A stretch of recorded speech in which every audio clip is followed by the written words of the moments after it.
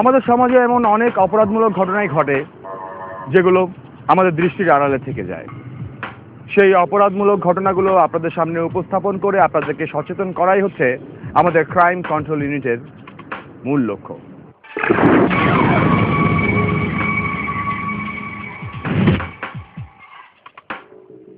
ঢাকায় অবস্থিত United international ইউনিভার্সিটির বিবিএ থার্ড সেমিস্টারের ছাত্র শফিকুর রহমান রুবেল গত 26/12/2012 ইং তারিখে নিখোঁজ হন। 6 মাস তদন্তের পর তার নিখোঁজ রহস্য উদ্ঘাটন করা হয়।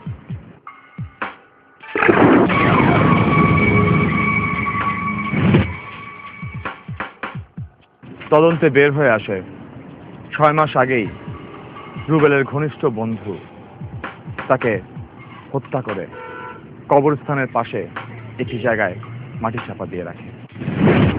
গত পর্বে আমরা দেখেছিলাম শফিকুর রহমান রুবেলের হত্যাকারীদের খুঁজে বের করার জন্য পুলিশ প্রশাসন প্রযুক্তির ব্যবহার করছে। প্রযুক্তির ব্যবহার করে তারা খুনিকে ধরে ফেলার খুব কাছাকাছি চলে এসছে। আজকের পর্বে আমরা দেখব এরপর তারা আসলেই খুনিকে ধরতে সক্ষম হয় কি না। চলুন দেখে আসি। আমি বুঝতে পারছি না বাবা, তুমি এত ভাবছো কেন? আর পুলিশের ভয় কিসে?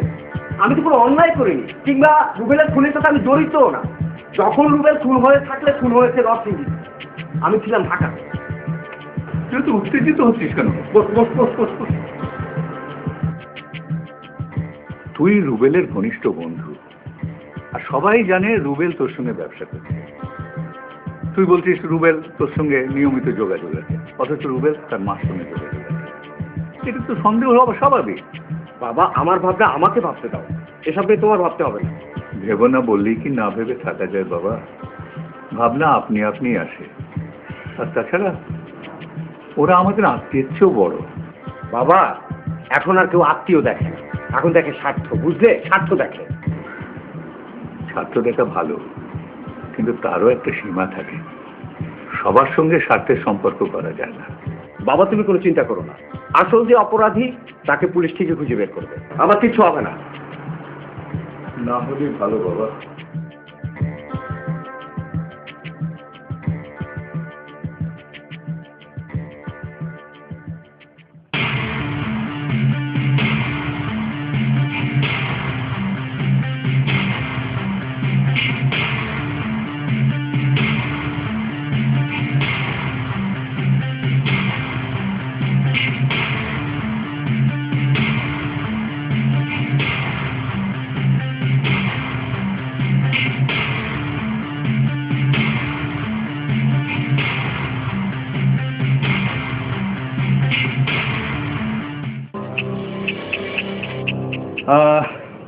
তোমরা মনে হয় ইতিমধ্যে জেনে গেছো নরসিংদীর রায়পুরার 18 লক্ষ টাকার জন্য যে বন্ধুর হাতে রুবেল খুন হয়েছে।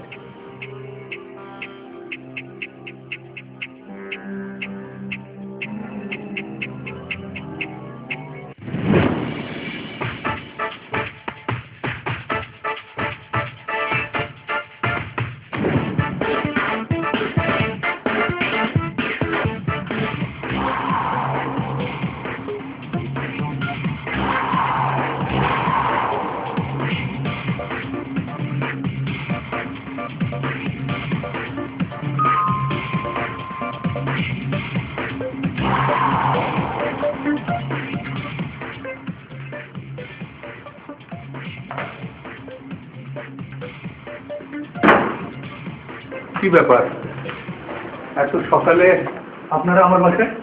আমরা কোনো নাস্তা খেতে আসিনি, আমরা এসেছি প্রয়োজনে। প্রয়োজনটা কি জানতে পারি? আপনার ছেলে কখন কোথায় যায় কি করে সে খবরটা আপনি রাখেন? মানে কি?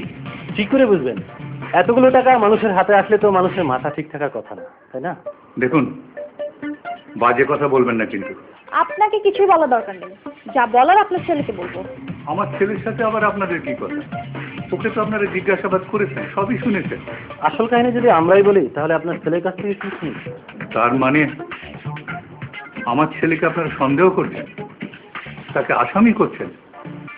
প্রমাণ কি আছে আপনাদের কাছে? আপনার ছেলেকে ডাকুন, আমরা তার মুখ থেকেই শুনি। ডাকুন আপনার ছেলেকে।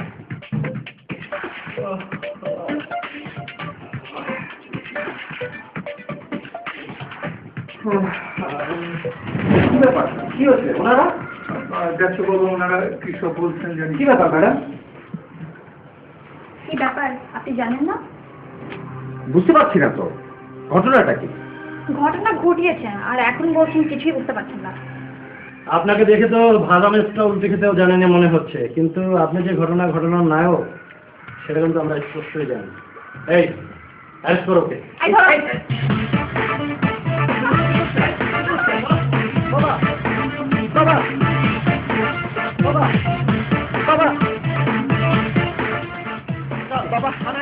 চিন্তা করিস না বাবা, কোনো চিন্তা করিস না। তুই যদি নির্দোষ হোস নিশ্চয়ই ছাড়া পাবি। বাটিকাটায় প্রবলেম ফ্রি এক্সট্রা সুন্দর চুল, এখন আপনার চুল ঝলমল করে উঠবে।